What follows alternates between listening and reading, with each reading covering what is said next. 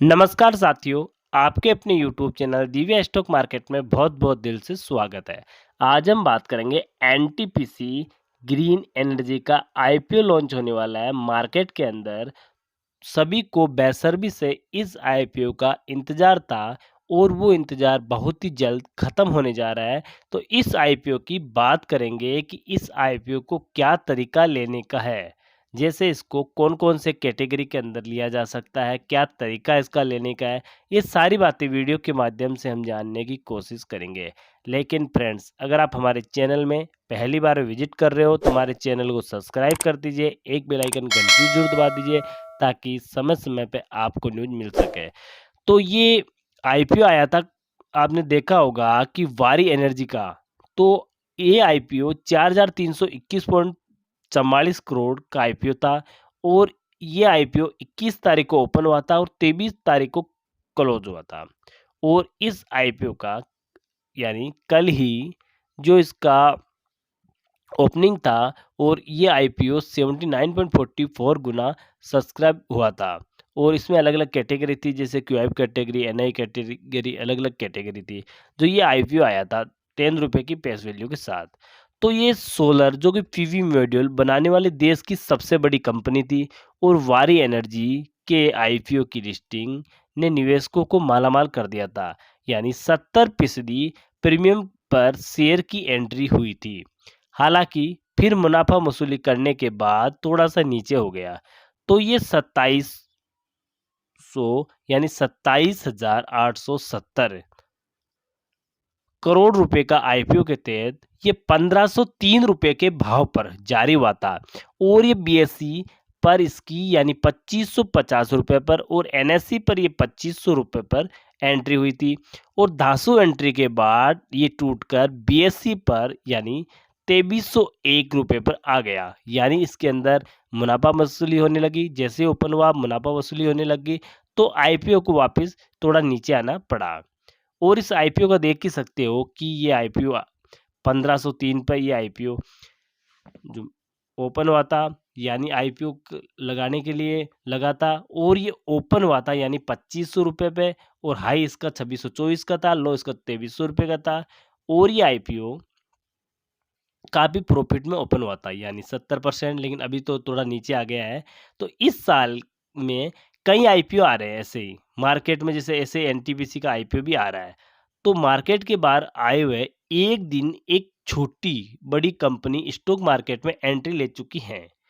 इनमें से अधिकतर ने निवेशकों को अच्छा खास रिटर्न भी दिया है। अब दिवाली के छोटे छोटे से ब्रेक के बाद एक बार फिर से आईपीओ मार्केट में हलचल होने लगी है। जैसे स्विगी का आईपीओ आ रहा है, एनटीपीसी का ग्रीन का आ रहा है, एनर्जी और जो कि मोबी क्विक जैसी अलग अलग सेक्टर के कई बड़ी बड़ी कंपनियां मार्केट में उतरने के लिए कमर कस चुकी है। तो काफ़ी मार्केट के अंदर आईपीओ आ रहा है, जैसे स्विगी का आ रहा है। ये स्विगी आपने को पता ही होगा कि ये फूड डिलीवरी का काम करती है, जो फूड डिलीवरी का प्लेटफॉर्म है। और आईपीओ को जो 6 नवंबर को सब्सक्रिप्शन के लिए खुल सकता है। तो ये आईपीओ का भी बिल्कुल पता नहीं। इसके अलावा आप देख ही सकते हो एनटीपीसी ग्रीन एनर्जी का आ रहा है, जो देश की सबसे बड़ी public sector renewable energy company है। और एनटीपीसी ग्रीन एनर्जी पोर्टफोलियो में फिलहाल यहाँ पर 14,696 मेगावाट का है। इसके अलावा कंपनी सोलर और जो कि एनर्जी 10,975 मेगावाट के प्रोजेक्ट को विकसित कर रही है।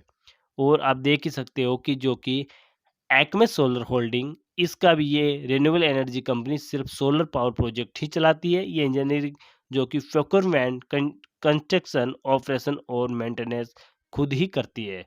तो आपको पता ही होगा कि मार्केट के अंदर एक के बाद एक आईपीओ आ रहा है। और यहाँ पर देख सकते हो जो कि वन मोबिक्विक सिस्टम, इस कंपनी की स्थापना बीपी प्रति सिंह यानी उपासना टाकू ने की थी। ये क्यू जो कि ईईसी मशीन और मर्चेंट केस एडवांस जैसी सर्विसेज प्रदान करती है। तो आपने पता ही होगा।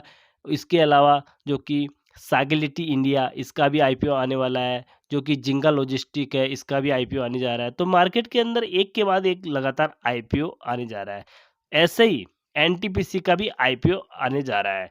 तो एनटीपीसी का देखा जाए तो आप देख ही सकते हो कि कंपनी यानी 2022 में, जो कि निगमित NTPC green energy NTPC limited की पूर्ण स्वामित्व वाली सहायक कंपनी है, जो एक महारत्न भी है।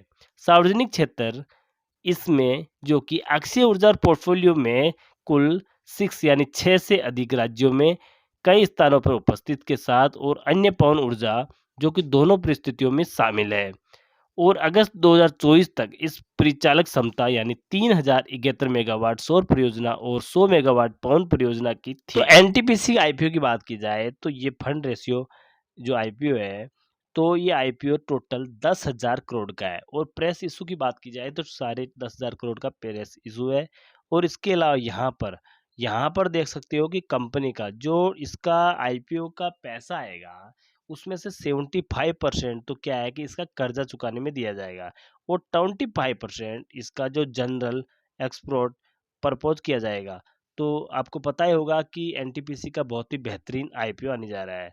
अब इस आईपीओ का एक जरोदा ने एक साइड में बताया कि कंपनी जो 30 जून 2024 तक परिचालक क्षमता के मामले में कंपनी भारत की शीर्ष यानी 10 जो टोटल 10 है उनमें शामिल है। तो एनटीपीसी का देखा जाए तो इसको काफी अनुभव है, यानी 30 जून 2024 तक कंपनी के पास 14,696 मेगावाट और पवन परियोजना को पोर्टफोलियो है, जिससे भौगोलिक क्षेत्र और जो कि टेकर्स में विविधता है।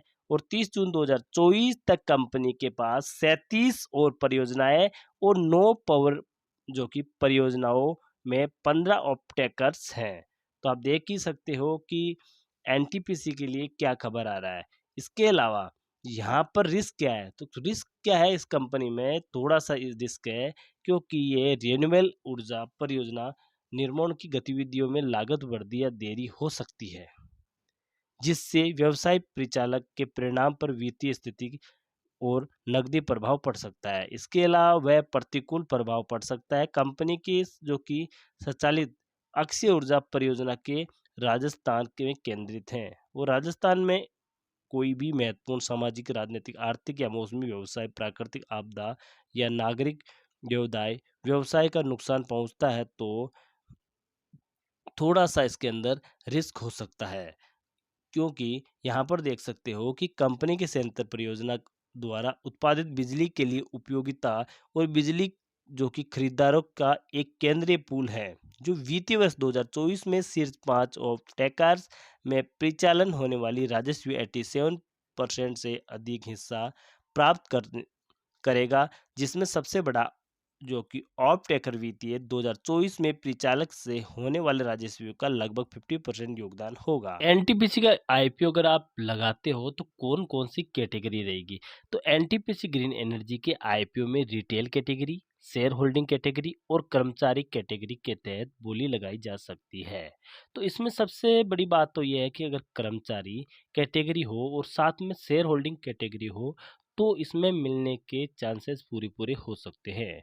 तो रिटेल कैटेगरी के तहत निवेशकों को अधिकतम 2 लाख रुपए तक का निवेश कर सकते हैं। अगर आपके पास एनटीपीसी के शेयर हैं, तो आप शेयर होल्डिंग कैटेगरी के तहत बोली लगा सकते हैं। इस कैटेगरी में अधिकतम 4 लाख रुपए हैं।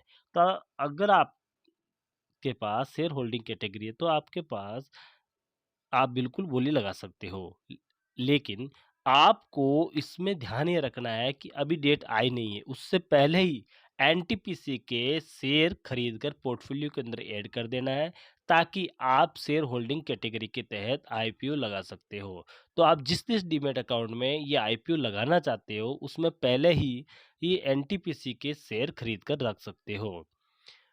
अगला देख सकते हो कि अगर आप एनटीपीसी ग्रीन एनर्जी के कर्मचारी हैं और मूल कंपनी के शेयर रखते हैं, तो आप अधिक लाभ हो सकता है। आप शेयर होल्डर, पात्र कर्मचारी और रिटेल कैटेगरी के तहत बोली लगा सकते हैं। अगला है आईपीओ में शेयर खरीदने के लिए इन बातों का ध्यान रखना चाहिए। आपके पास देश के आयकर विभाग द्वारा जारी पैन कार्ड होना चाहिए। आपके पास वैध जो कि डीमैट खाता होना चाहिए। ट्रेडिंग अकाउंट होना जरूरी नहीं है। अगर आप लिस्टिंग पर स्टॉक बेचते हो, तो आपको ट्रेडिंग अकाउंट भी जरूरत होती है। तो इन चीजों का आप ध्यान रख सकते हो। और एनटीपीसी की जैसे ही कोई खबर आएगी, जैसे इसकी डेट निकल के आएगी, हम वीडियो के माध्यम से आपको बिल्कुल बता देंगे। आप हमारे चैनल को सब्सक्राइब कर रख सकते हो।